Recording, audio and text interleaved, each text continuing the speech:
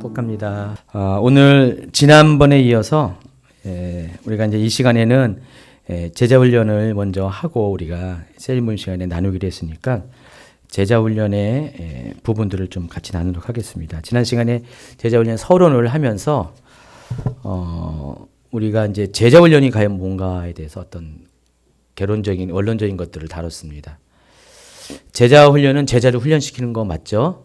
근데 어떤 제자인가가 중요해요. 제자의 어떤 영적인 수준을 말하는데 우리가 알고 있는 일반적인 제자의 개념보다도 예수님의 제자 훈련은 실은 사도 훈련이라고 얘기했어요. 예수님 앞에 무리가 있고 그 무리 가운데 제자가 있고 그 제자 중에서 예수님께서 사도를 12명을 택하셨죠. 그래서 언제나 그 예수님과의 관계 속에는 깊어짐의 단계가 있습니다. 친밀함의 단계가 달라요. 하나님이 우리를 다 사랑해요. 그렇죠? 누구나 다 사랑하죠. 그러나 사랑의 그 관계도 깊이가 달라요.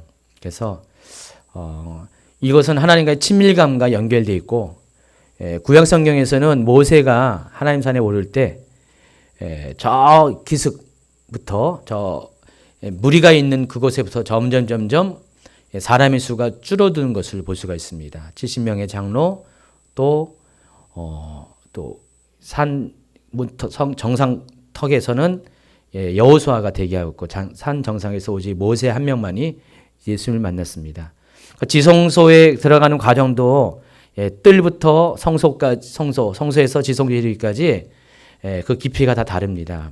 하나님께서 이같이 이렇게 다르게 하신 것은 하나님은 모든 사람을 구원하시고 모든 사람을 사랑하고 모든 사람을 만나기 원하시지만은 그 다른 깊이에 따라서 우리에게 요구하는 것이 있습니다. 그러니까 여러분도 하나님의 관계를 그냥 일반적인 누구나 만날 수 있는 관계가 그 수준이 아니라 정말 좀 보다 친밀하고 보다 하나님 가까이 있을 수 있는 관계로 여러분이 나아오셔야 돼요.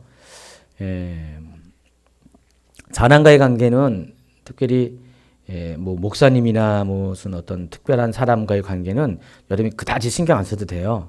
주님과의 관계는 정말 우리가 여러분이 목숨을 걸고 더 가까운 데로 갈 수 있는 친밀한 곳에 갈 수 있는 좀 그런 영적인 욕심이 필요해요. 저는 옛날에 이런 부분에 대해서 별로 이렇게 실감을 안 했는데 점점 가면 갈수록 이런 것들이 굉장히 중요하구나. 우리가 하나님을 만날 때에도 하나님은 자신을 찾는 자들을 더 가까이 하신다는 것들을 많이 이제 경험합니다. 지금 여러분들은 대부분 이제 그런 부분에서 하나님을 더 가까이 가기를 원하는 그런 분들인 것 같아요. 그렇죠? 맞죠? 아닌 분들은 여기 안 계신 것 같아요. 그렇죠? 다들 하나님 더 가까이 가기를 원하시는데 그런 관계로 나아갈 때 하나님은 그 관계를 제자로 말씀하시고 그 더 깊어진 관계를 이제 사도로 말씀하십니다. 그래서 사도는 예수님과 함께 하셨고 함께하고 예수님으로부터 특별한 별도의 가르침을 받고 또 예수님이 하신 것처럼 세 가지 사역, 말씀을 가르치고 전파하고 또 고치는 사역을 다 감당할 수 있는 사람들, 또 이것을 위해서 예수님부터 권능을 비워받은 사람들, 또 예수님부터 파송을 받은 사람들이 사도라고 했습니다. 그래서 지금 우리가 하고 있는 것은 그런 맥락에서 우리가 어떻게 하면은 제자 중에서도 특별히 사도적인 제자가 될 수 있는가를 배우는 시간을 갖습니다. 자, 오늘은 지난 시간에 이어서 그렇다면 왜 이 텍스트가 산상수훈이어야 하는가, 이 부분에 대해서 좀 다룰 겁니다. 우리가 지금 마태복음 5장, 6장, 7장 이 산상수훈을 가지고 계속해서 아마 이 순서에 의하면 2년 가까이를 이걸 다루게 될 거예요. 근데 산상수훈은 여러분 많이 아는 거죠. 산상수훈이 말 그대로 하면은 예수께서 산 위에서 행하신 그런 보배로운 빼어날 말씀이라고 합니다. 근데 실은 이 산상수훈이 예수님의 가르침의 핵심을 다 다루고 있어요. 예수님이 어떤 말씀을 하셨고 어떤 하나님 나라의 원리를 전파하는 것을 알기 위해서는 여러분이 산상수훈을 많이 보셔야 돼요. 어제 유명한 목사님은 아침에 일어나자마자 산상수훈을 딱 읽으시고 주무시기 전에 꼭 산상수훈을 이렇게 다시 한번 또 읽으시고 그러더라고요. 그러면서 그분의 메시지의 핵심도 거의 다 산상수훈 얘기를 하세요. 근데 산상수훈은 예수님께서 어느 날 갑자기 우연찮게 하신 말씀이 아닙니다. 예수님께서 종종 하신 말씀이세요. 이게 과거로 행위로 끝난 것이 아니라 그 과거의 행위가 항상 있어졌던 그런 문법적으로 그런 의미입니다. 그래서 예수님께서 종종 하신 말씀들을 지금 모아서 핵심만 모아놓은 게 산상수훈이에요. 오늘 이렇게 마태복음 5장에 보니까 예수님께서 산 위에 올라가셨다 그랬어요. 그랬더니 무리 가운데 제자들이 나왔다 그랬어요. 예수님께서 입을 열어 가르사대 했는데 이 1절과 2절 사이에 실은 많은 이야기가 있는 거예요. 1절과 2절 사이에 예수님께서 산에 올라가니까 무리 가운데 제자들이 나왔고 그 제자들 가운데 예수님께서 말씀하셨는데 이 말씀은 그냥 우연찮게 하신 말씀이 아니라 실은 늘 제자들에게 하신 말씀들을 이 산상우순이라는 텍스트 안에서 그냥 그것을 핵심만 짜집게 해가지고 만든 거예요. 산상수훈은요, 이 마태복음은 편집의 과정을 겪었어요. 여러분, 성경이 마태, 마가, 누가가 다 똑같은지 아시죠? 다 달라요. 저자만 다른 게 아니라 어떤 그 성경을 쓴 목적이 다 다르다는 것입니다. 마태복음은 누가 적었죠? 왜 썼죠? 왜 썼죠? 그럼 쉽게 말하면 누구를 위해서 썼죠? 유대인들에게 무엇을 하기 위해서? 당연히 예수님을 증거하기 위해서 그렇죠? 근데 유대인의 관심이 뭐죠? 천국이에요. 하나님 나라. 그래서 이 마태복음 안에는요, 천국에 관한 이야기가 굉장히 많이 있어요. 다 천국은 하면서 천국에 관한 이야기가 많이 있고, 특별히 마태복음 10장에서는 아예 천국장이에요. 천국장이 아니라 천국장. 천국장입니다. 그래서 천국에 관한 이야기가 비유로 많이 설명이 되어 있습니다. 그래서 이 마태복음은 전체 주제는 하나님 나라예요. 천국에 관한 겁니다. 그래서 이 하나님 나라가 어떤 나라인지 어떻게 전개되는지를 이 마태복음 안에서 쫙 설명하고 있어요. 그래서 마태복음은 편집상 5개의 어떤 그 핵심적인 그런 주제들이 있습니다. 그래서 마태복음 5장부터 7장까지가 산상수훈, 그리고 10장 있죠? 10장 등이 여러분 잘 알고 있는 제자도입니다. 그리고 13장에 천국에 관한 7가지 비유, 그리고 18장에 보면은 천국에서 누가 큽니까? 그 질문에 대한 대답. 그리고 마태복음 24장, 25장에는 마지막 때 일어난 일들에 대해서 기록하고 있습니다. 근데 이 모든 주제들이 다 공통된 게 천국에 관한 것이에요. 그리고 그 중간중간에, 마태복음 중간중간에, 특별히 마태복음 5장부터 7장 산상수훈과 10장 제자도 사이에 뭐가 있어요? 8장, 9장에 뭐가 있습니까? 치유 사건들이 기록되어 있어요.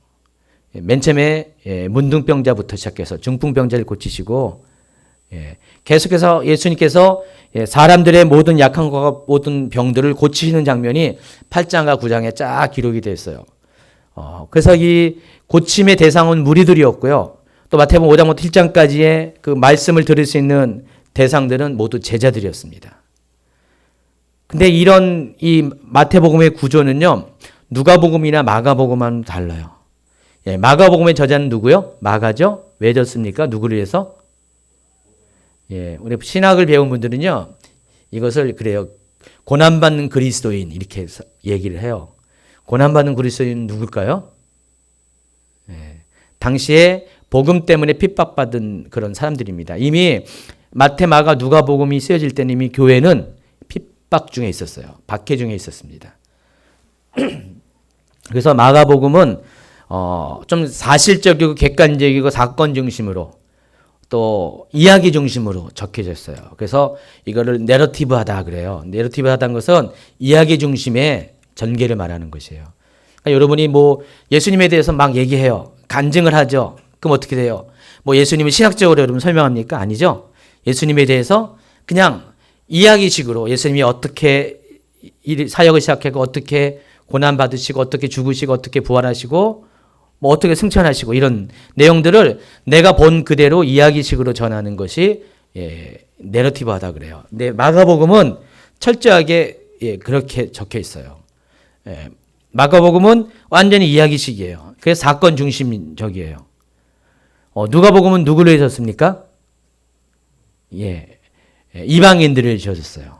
누가복음과 사도행전은 1편, 2편입니다. 전편, 후편이로서 데오빌로라는 가상의 인물, 가명입니다. 진짜 데오빌로라는 사람이 이렇게 보낸 게 아니라 그때 당시 데오빌로에게 보내서 큰일 나죠. 데오빌로 잡혀서 아마 순교할 겁니다. 그래서 데오빌로라는 가상의 인물에게 실은 이제 정해진 인물이 있는데 이름을 바꿔서 이렇게 부른 거죠.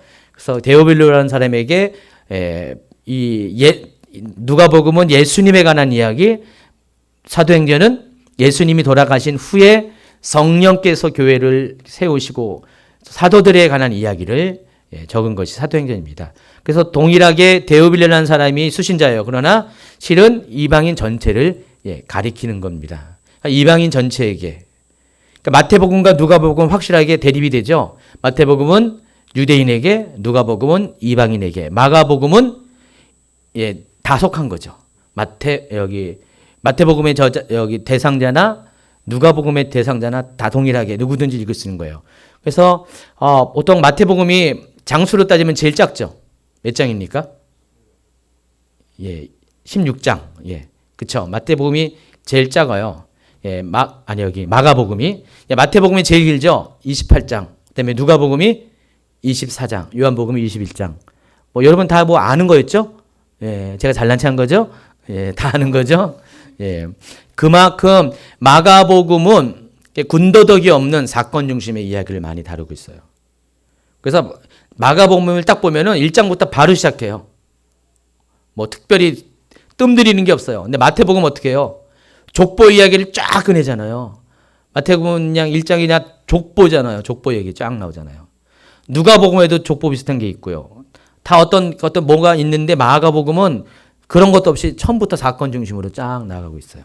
그래서 작아요. 근데 마태나 누가에 비교해서 마가복음을 보면은 당연히 장수가 작으니까 이야기도 짧을 줄 알죠. 근데 사건에 대해서 이야기할 때는 오히려 마태나 누가보다 더 자세하고 긴 이야기가 많이 담겨져 있습니다. 그래서 마가복음은 철저하게 사건 중심의 기록을 사건 중심을 기록해가지고 그것을 전하는 어떤 복음서라면은 이 마태복음은 뭐가 다르냐? 교훈 중심의 서신이에요. 그래서 마태복음 안에는요, 핵심적인 가르침이 있는 게 그게 바로 하나님 나라에 대한 아주 특별한 주제를 가지고 마태복음은 전개하고 있습니다.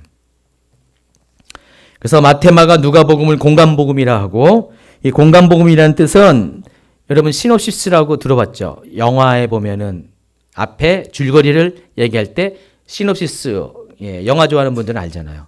그게 이제 공간이란 뜻이에요. 시놉시스. 여기서 보면은 SYN, 씬이라는 것은 함께라는 뜻이고요. 또 오피스, 시놉시스에서 오피스는 눈들이라는 거예요. 함께 보는 눈 이런 뜻이에요. 그래서 이 공간복음은 관점이 똑같아요. 보는 관점이 눈이 똑같다는 거죠. 그게 뭐냐? 예수님의 일생에 관한 것, 예수님의 삶에 관한 것, 예수 그리스도로 인한 기쁜 소식, 복음에 대해서 동일한 관점에서 이렇게 하고 있어요. 그러나 요한복음은 좀 달라요. 요한복음은 마태, 마가, 누가와는 달리 전개부터가 달라요. 요한복음 맨 처음에 어떻게 시작하죠? 태초에 말씀이 계시니라. 이 말씀은 곧 뭐예요? 하나님이시니. 그렇게 나오죠? 근데 꼭 느낌이 뭐 같아요? 창세기 1장 1정. 태초에 하나님이 천지를 창조하니라. 굉장히 뭔가 장엄하고 좀 특별하게 나오죠. 그러니까 요한복음 1장을 쭉 보면은 굉장히 우주적이고 장엄하고 또 굉장히 영적인 이야기들이 쫙 나와 있어요. 그러니까 요한복음을 쫙 보면은요, 이 공간복음과는 느낌이 좀 달라요. 그리고 굉장히 신학적입니다. 요한복음이 언제 쓰여졌냐면은 요한 1, 2, 3서 요한계시록이 쓰여지기 전에 쓰여졌어요. 그러니까 AD 한 85년경에서 90년경 사이. 그러니까 예수님이 AD 29년에 돌아가셨으니까 예수님이 돌아가신 이후에 몇 년이 지난 후에요? 거의 60년 가까이 지난 후에. 60년이면은 우리 한 일생이 한 세대가 훨씬 지나가는 긴 시간입니다. 제자 중에서 요한이 유일하게 살아남았어요. 요한이 거의 100세 가까이 죽었습니다. 오래 살았는데 요한이 그 오래 산 만큼 뭐가 있겠어요? 경험도 많고 또 하나님을 깊이 만날 수 있는 어떤 체험도 많이 했겠죠. 그리고 또 신학적인 깊이도 많이 있을 것이에요. 그래서 이 요한복음은 마태, 마가, 누가복음이 AD 60년을 전후로 해서 다 지어졌기 때문에 30년 전에 쓰여진 이 복음서를 다시 한번 정리하면서 조망하면서 이 공간복음에서 혹시 실수한 것들을 다시 한번 확인하고 또 공간복음에서 다루지 않은 중요한 주제들을 이렇게 쭉 다루는 것이 요한복음입니다. 그래서 공간복음과 달리 요한복음은 그 중심이 이 공간복음은 예수님의 행적이 주로 어디에 있었냐면은 갈릴리였어요. 예수님은 갈릴리 사람이었고 갈릴리 예수였어요. 그래서 예수님이 행하는 모든 사역의 사건이 현장들은 다 갈릴리에서 일어났고 예수님은 십자가에 달려 죽으시기 위해서 딱 한 번 예루살렘을 방문하는 걸로 이 공간복음은 기록이 되어 있어요. 그런데 요한복음은 적어도 3번 예수님이 예루살렘에 방문한 기록들이 남아 있어요. 요한복음은요 재미있는 게 많이 있습니다. I am 누구누구 하는 그렇게 시작하는 것들이 있어요. I am 누구누구. 나는 뭐라 그러죠? 선한 목자다. 나는 뭐죠? 양의 문이다. 뭐 이런 자신의 정체성에 대해서 예수님이 자신이 누구인가라는 것을 표명하는 것들이 7가지가 나와 있습니다. 또 예수님의 표적들이 많이 나왔어요. 예수님의 행하신 기적들이 다 표적이라고 해서 사인이라고 했어요. 무슨 사인이에요? 예수님이 하나님의 아들됨을 증거하는 사인. 이런 표적들이 기적들이 표적이라고 표현한 것이 7번이 나와 있습니다. 그러니까 다양하게 요한복음은 굉장히 예수님과 관련돼서 예수님의 신성을 증거하기 위한 어떤 신학적인 어떤 것들이 많이 거기에 포함되어 있습니다. 그래서 이 4복음 중에서 마태, 마가, 누가복음과 요한복음이 좀 다릅니다. 근데 그 중에서 이 마태복음은 유대인을 쓴 복음서예요. 아까 얘기했죠. 목적 중에 하나가 구약 성경의 모든 예언이 예수 안에서 성취되었으므로 바로 예수님께서 메시아임인 것을 시사하기 위해서 알게 하기 위해서 이 마태복음이 쓰였어요. 유대인의 관점은 그리스도에 대한 관점이거든요. 메시아에 대한 관심이 많이 있어요. 그래서 바로 그 예수님이 메시아라는 것을 알게 하기 위해서 이 마태복음을 썼고요. 또 마태는요 유일하게 다른 복음서에는 없는 게 하나가 있었는데 교회라는 단어가 여기 처음 나와 있습니다. 마태복음 16장 18절에 또 내가 내게 이르노니 너는 베드로라 내가 이 반석 위에 내 교회를 세우리니. 교회라는 단어가 복음서에 유일하게 여기 하나밖에 없습니다. 그래서 마태복음은요 교회에 대한 관점이 많이 있어요.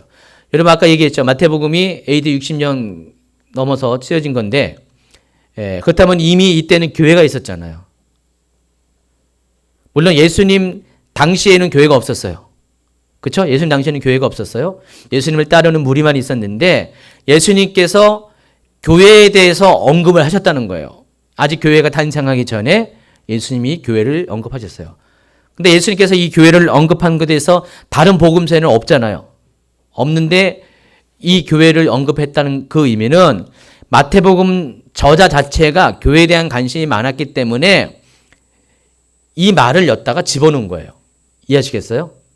그러니까 다른 복음서에서는 이 얘기를 안 했다는 것은 어쩌면 예수님이 교회에 대해서 말 안 하실 수가 있었어요. 근데 마태가 복음서를 쓰면서 후대에 출발할 교회를 여기에 삽입시킬 가능성이 많이 있다는 것이죠. 뭐 그럴 가능성도 있고 이게 예수님이 진짜로 이렇게 말할 수도 있는 거고요. 그러나 이제 그런 정황상 그럴 수가 있다는 거예요. 또 마태복음의 특징은 교훈의 복음이에요. 가르침의 복음이에요. 계속해서 뭔가를 가르치려고. 그러니까 유대인들은요 배우는 거 되게 좋아해요. 여러분 토라라는 단어 들어봤죠? 토라가 뭘 가리키죠? 모세오경. 근데 이 모세오경을 토라라 그러는데 이 토라의 여러 가지 뜻 중에 하나가 가르침이라는 뜻이 있어요. 그래서 이스라엘 사람들은 이 토라를 통해서 계속 배우고 익힙니다. 가르침을 받습니다. 근데 그것이 익숙해요. 유대인들은 항상 토라를 서로 이렇게 토라를 가지고 서로 질문하고 대답하고 토론하는 걸 되게 좋아했어요. 유대인의 교육의 핵심은 토론하는 거거든요. 근데 그 토론의 대상이 주제가 토라였었어요. 그래서 유대인이 모이는 곳은 항상 이 토라를 가지고 토론하는 거예요. 가령 뭐 안식일에 대해서 이제 토라에서 말씀했잖아요. 예, 안식일을 거룩히 지키라. 그러면 안식일을 거룩히 지키는 것이 뭘까? 예, 여기 우리 성훈이 형제가 나는 안식일 거룩히 지키는 게 이겁니다라고 하면은 저 뒤에 있는 승기 형제가 형 아닌데 안식일은 지키는 건 이건데 옆에 있는 우리 문정자매가 근데 승기야 그건 아닌 것 같아. 안식일은 이거야. 그랬더니 저기 있는 왕언니가 예, 영진자매가 얘들아 안식일 지키는 건 이런 거란다 하면서 계속해서 토론하다 보면은 어떻게 되겠어요? 결론이 나오겠죠. 예. 유대인들은 이것을 굉장히 좋아했어요. 문화였어요. 토론 문화가. 그래서 유대인들이 똑똑한 거예요. 예, 유대인들이 지금도 이렇게 잘 나가는 이유가 교육 자체가 이렇게 토론하는 거였기 때문에. 그래서 예, 유대인들은 이 토라에 대한 관심이 꽤 많았는데 예수님은 여기 이 마태는 예수님에 대한 복음을 전하면서 유대인의 이 마태복음 자체가 유대인을 위해서 전한 복음서이기 때문에 유대인에 맞게끔 토라의 구조처럼 똑같이 이 마태복음 안에 5개의 토라처럼 중요한 가르침을 이렇게 만들어 놨다는 거예요. 첫 번째가 5장 7장의 산상수훈이고 아까 이제 설명했죠. 그래서 이것을 잘 쫙 펼쳐놓고 보면은요, 중간중간에 아까 그 마가복음은 그냥 이야기가 쭉 흘러가는 건데 이 마태복음은 이야기가 흘러가는 중에서도 중간중간에 이렇게 5군데에 걸쳐서 어떤 특별한 주제를 갖고 예수님이 말씀을 하시는 거예요. 첫 번째가 산상수훈이라는 거죠. 그리고 중간중간에 치유와 기적과 여러 가지 예수님이 행한 사건들을 중간중간에 배치했어요. 그러고 보면은 마태복음 완전히 마태라는 사람이 의도적으로 편집을 했다는 것을 알 수가 있어요. 원래 사건의 시작부터 끝까지의 기록은 큰 줄거리를 맞긴 맞는데 실은 이 마태복음에 5군데 나와 있는 이 말씀들은요, 실은 다른 복음서에 비교해 보면은 시간이 안 맞아요. 매치가 안 돼요. 가령 마태복음 5장 13절 뭐가 있습니까? 마태복음 13절에 이럴 때 빨리 찾아봐야겠죠. 5장 13절에 보면은 마가복음 보고 있네.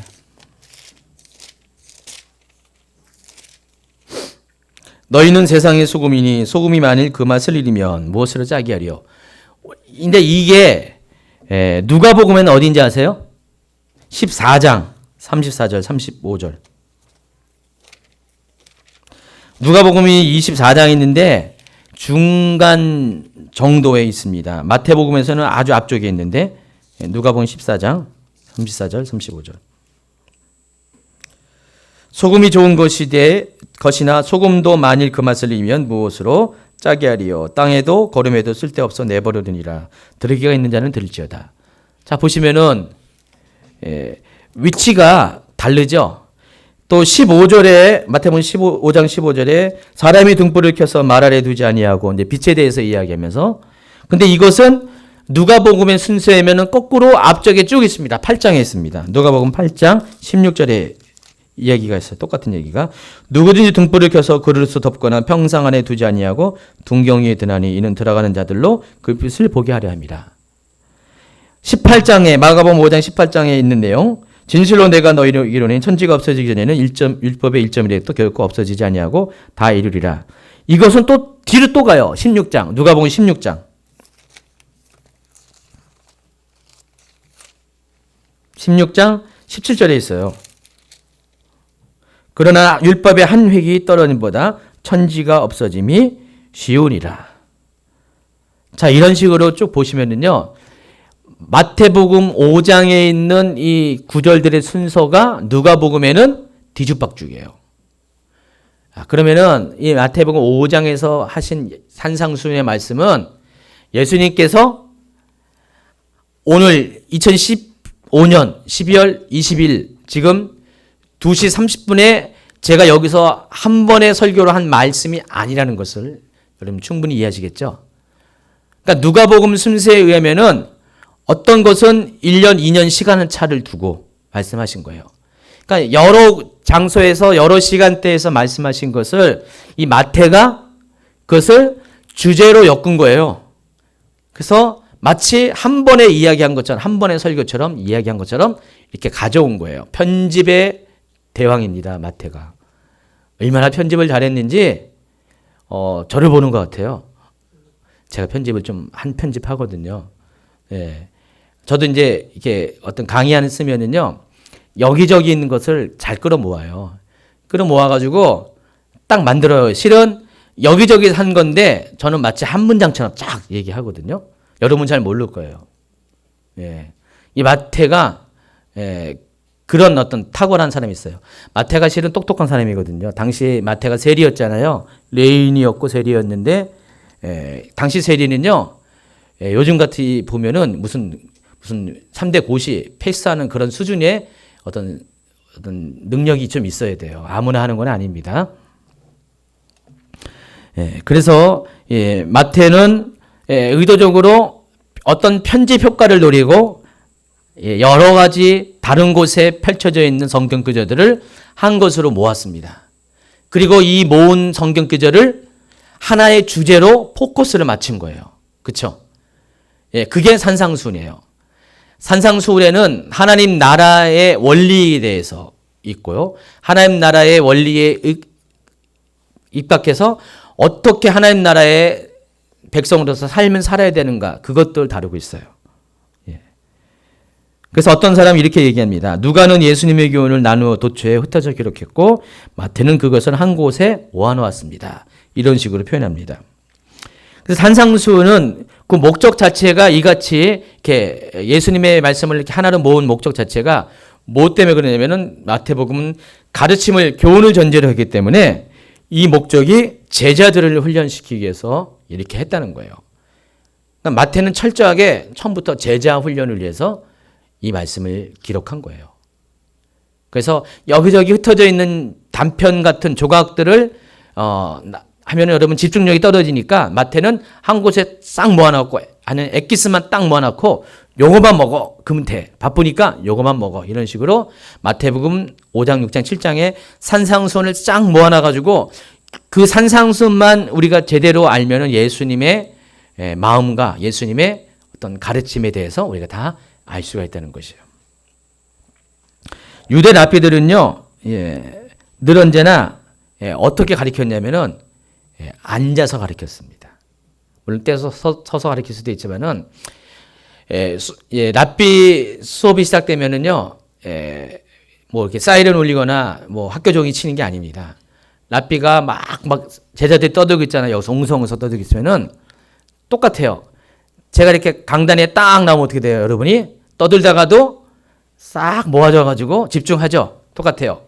유대인 랍비 교육은 그래요. 랍비가 제자들을 같이 있다가 중앙에 뭐 가령 돌 같은데, 큰 돌 같은데, 의자 같은데 딱 앉죠. 그러면 그때 제자들이 하나씩 나옵니다. 아, 이제 수업이 시작됐구나라는 것을 이제 알리는 사인이에요. 종가 같은 거, 학교 종가가 똑같아요. 그러면 제자들이 하나씩 모여들면은 이제 제자들이 삥 둘러앉죠. 그때부터 말씀을 가르치기 시작하는 거예요.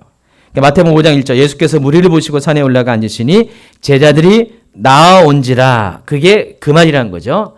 그런 다음에 입을 열어 가르쳐 이르시되, 아까 뭐라고 했죠? 이것은 문법적으로 미완료 시제인데 과거에 있었던 일들이 종종 지금도 진행이 된다는 거예요. 아직 완료가 안 됐다는 것이에요. 그래서 이 산상수훈은 어느 특별한 한순간 단회적으로 한 설교가 아니라 여러 차례 여러 장소에서 예수님께서 반복적으로 말씀하신 것들을 핵심만 모아서 어떤 주제에 맞춰서 이렇게 만든 것이 산상수훈이라는 것입니다. 그 첫 번째가 뭐죠? 복이 있으라. 그 첫 번째 주제가 복이 있습니다. 어떤 복입니까? 8가지의 복이죠?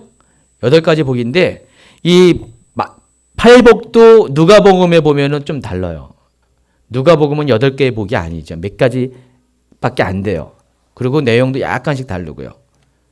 순서도 조금씩 다르고요. 근데 이 팔복을 보면은 굉장히 정교한 어떤 편집 의도가 있다는 것을 알 수 있어요. 여러분 나중에 이제 산상수는 이미 하신 분도 있지만은 해보면 알겠지만은 이 산상수는 탁월해요. 탁월. 여기 팔복은 뭐가 탁월하냐면은 어떤 영적인 원리를 이렇게 심령이 가난한 자부터 순서적으로 배열을 했을까? 감탄을 한다니까요. 이게 다 영적인 단계예요. 심령이 가난한 자 가장 기본적인 단계죠. 심령이 가난함을 경험하지 않고서는 애통할 수가 없어요. 애통하지 않고서는 애통을 경험하지 않고 온유할 수가 없어요. 근데 이것이 하나하나 단계로 올라갑니다. 마치 천국의 계단을 밟고 올라가는 것처럼 이 마태복음에 있는 팔복은 영적인 수준에 맞춰서 한 단계 한 단계 올라가는 아주 독특한 어떤 가르침이라는 것입니다. 여기서 심령이 가난한 자는 복이 있나니 이것을 영어 성경에서는요 뭐라고 하냐면은 blessed 합니다. 비동사 합니다. 복 있도다. 근데 비동사가 뭐죠? 이 비동사는 두 가지 역할인데 영어 문법입니다. 뭐가 있죠? 존재를 나타내고 두 번째가 상태를 보여주는 것이 비동사죠. 비동사는 문법적으로 두 가지. 존재를 나타내고 상태를 나타냅니다. 그래서 지금 blessed are라면 어떻게 합니까? 뭘 가리키는 것 같아요? 상태예요, 존재예요? 상태죠. 복 있는 상태. 뭐 존재라고도 말할 수가 있죠. 영어로 보면 blessed are the poor in spirit 나와 있어요. 근데 한글은 심령이 가난한 자는 복이 있나니 순서가 바뀌었죠. 영어와 한글은 이렇게 좀 순서가 바뀐 거는 일반적으로 알고 있죠. 근데 여기서는 보면은 심령이 가난한 자는 복이 있나니 그 중심이 심령이 가난한 자예요. 한글은. 근데 영어는 뭐예요? 심령이 가난한 자가 중심이 아니라 복이 있도다가 중심이에요. 복이 있도다. 복이 있도다 심령이 가난한 자요. 그래놓고 영어의 for 이유를 나타내는 for를 달았습니다. 왜냐하면은 하나님의 왕국이 그들의 것이기 때문이다. 이런 식으로 답을 달았어요. 한글과는 좀 이렇게 의미가 좀 다르다는 것이죠. 한글은 서술문인데 이 영어에서는 감탄문이에요. 꼭 영어만 그런 것이 아니라 원래 헬라어 직역도 마찬가지예요. 헬라어 직역으로 제가 여러분 읽어드리면 복이 있다. 그 영으로 가난한 자들은 왜냐하면 하늘의 왕국이 그들의 것이기 때문이다. 복이 있도다 애통한 자요. 복이 있도다 온유한 자요. 복이 있도다 의리로 목마른 자요. 복이 있도다 궁이 여긴 자요. 복이 있도다 마음이 청결한 자요. 복이 있도다 합평케 하는 자요. 복이 있도다 의를 위해 핍박받는 자요. 전부 다 blessed are가 다 공통적으로 들어가고 있습니다. 네, 이것을 헬라어로 이야기하면 이 복이 있도다, 복되도다를 뭐라고 부르냐면 마카리오스. 한번 부를까요? 마카리오스. 옆에 분들한테 마카리오스 한번 해보세요. 그 뜻이 뭐라고요? 복이 있도다. 마카리오스 성령자매 복이 있다. 뭔가 있어 보이네. 복부인처럼 보이네. 복이 있도다. 근데 이 마카리오스는 마카르라는 단어에서 온 말인데 이 마카리라는 것은 어떤 뜻이냐면은 우리가 사막 여행을 갑니다. 사막 하면은 어때요? 막 더위에 지치고 물이 없어서 막 목마르죠. 완전히 거의 이제 죽을 것 같아요. 죽을 것 같다가 갑자기 오아시스를 발견합니다. 오아시스를 발견하면 저 멀리서 오아시스를 발견할 때 그때 하는 감탄사 단어가 바로 마카르 그거예요. 야, 그러니까 오아시스가 그 사람에게는 뭐예요? 가장 지금 복이에요. 딴 거 필요 없어요. 무슨 금은보합 다 필요 없습니다. 목마르고 지친 사람에게 필요한 것은 오아시스의 그늘과 생수죠. 여러분 어느 분이요 교회에 대해서 이렇게 설명하더라고요. 교회는 무엇입니까? 라고 교회의 정의 여러 가지를 말할 수 있는데 이렇게 설명하더요. 미국 같은 데는 이렇게 도로가 이렇게 지역이 넓잖아요. 그러니까 동에서 서로 이렇게 움직일 때 굉장히 넓은 계할지를 지나가요. 차도 별로 없어요. 동서횡단을 할 때. 근데 이제 차를 타고 막 가는데 한참을 가는데 고속도로를 가는데 점점 배는 고파지죠. 화장실은 가고 싶죠. 또 기름도 떨어지고 가는데 점점 어두워져요. 근데 한참 가다 보면 어떻게 돼요? 여러분 조바심이 나죠.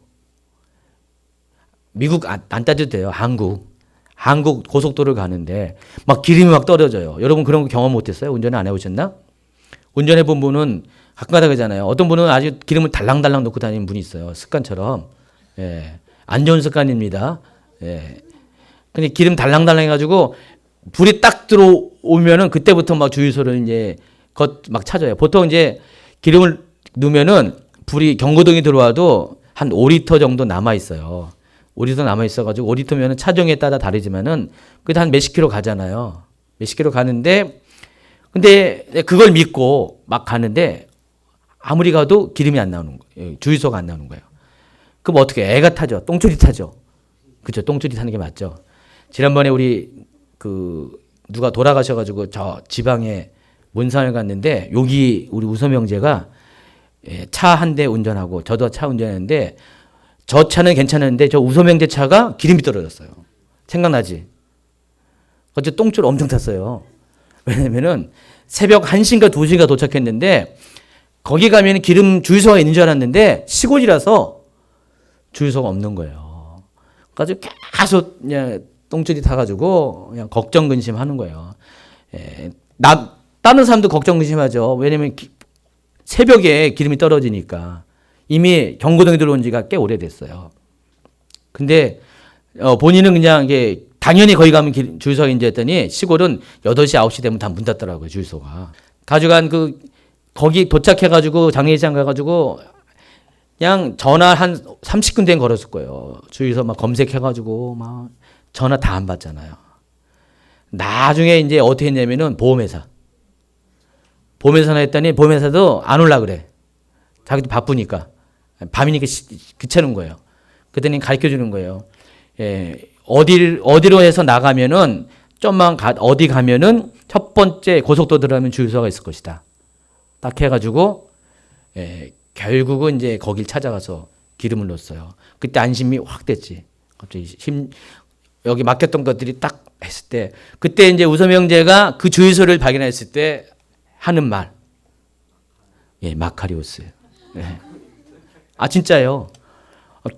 교회는 그거라는 거죠. 교회는 우리가 정말 모든 것이 막혀 있고 모든 것이 끊어지고 모든 것이 험난할 때 우리의 생명줄과 같이 만날 수 있는 그런 곳이 교회고 그 교회를 만났을 때 우리가 마카리오스라고 불러야 된다는 것이죠.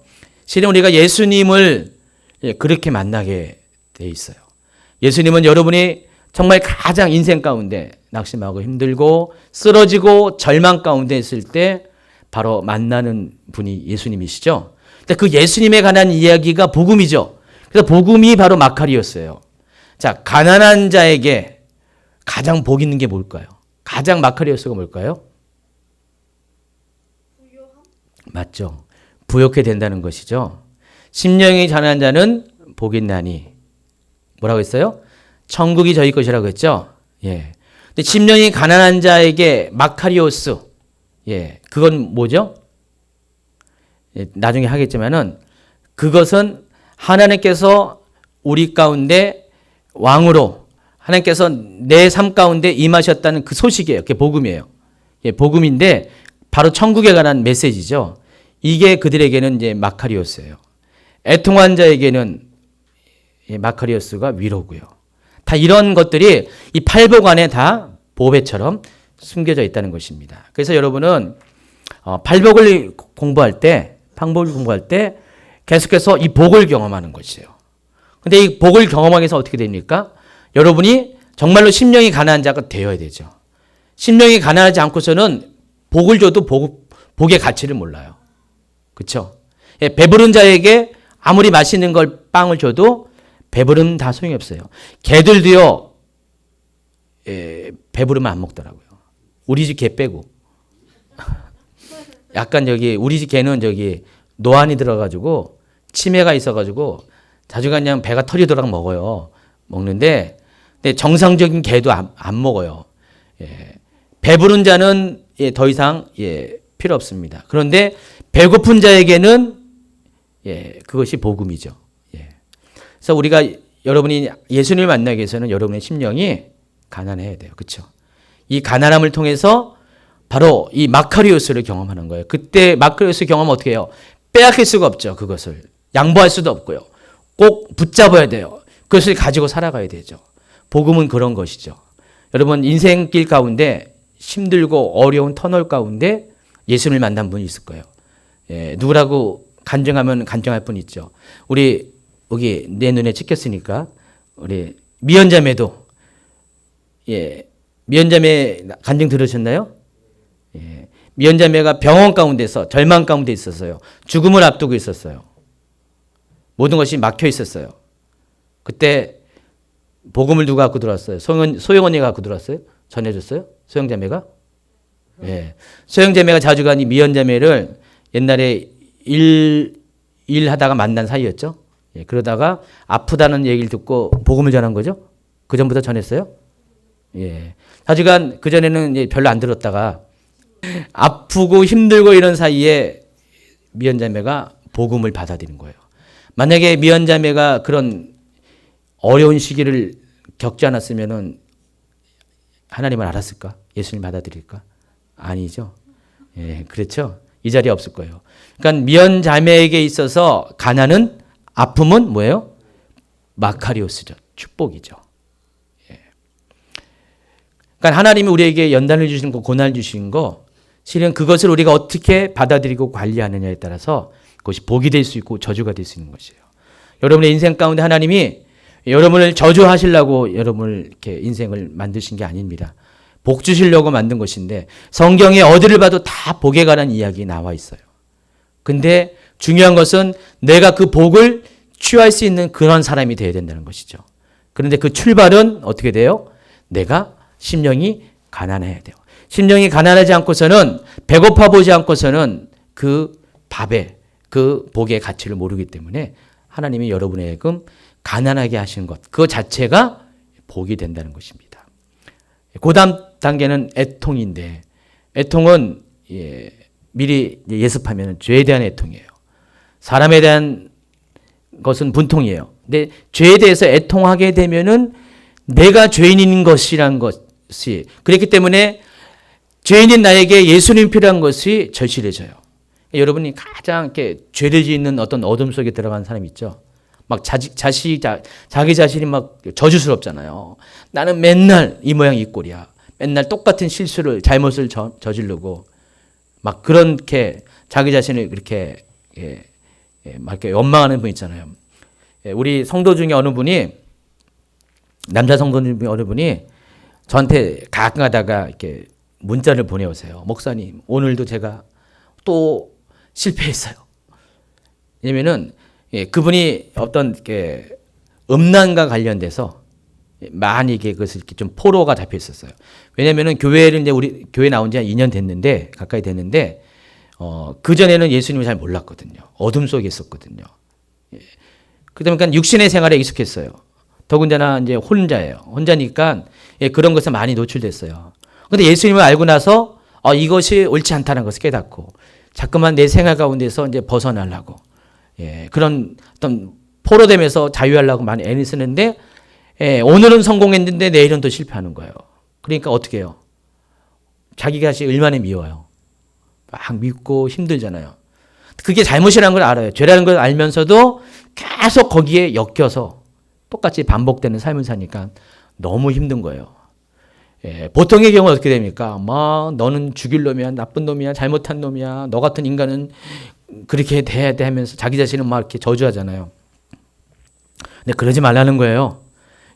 실은 그렇게 힘들고 어려운 영적인 고통 속에 있는 것이 복이라는 것이죠. 왜냐하면은 그것을 통해서 내 안에 있는 죄를 발견하고요.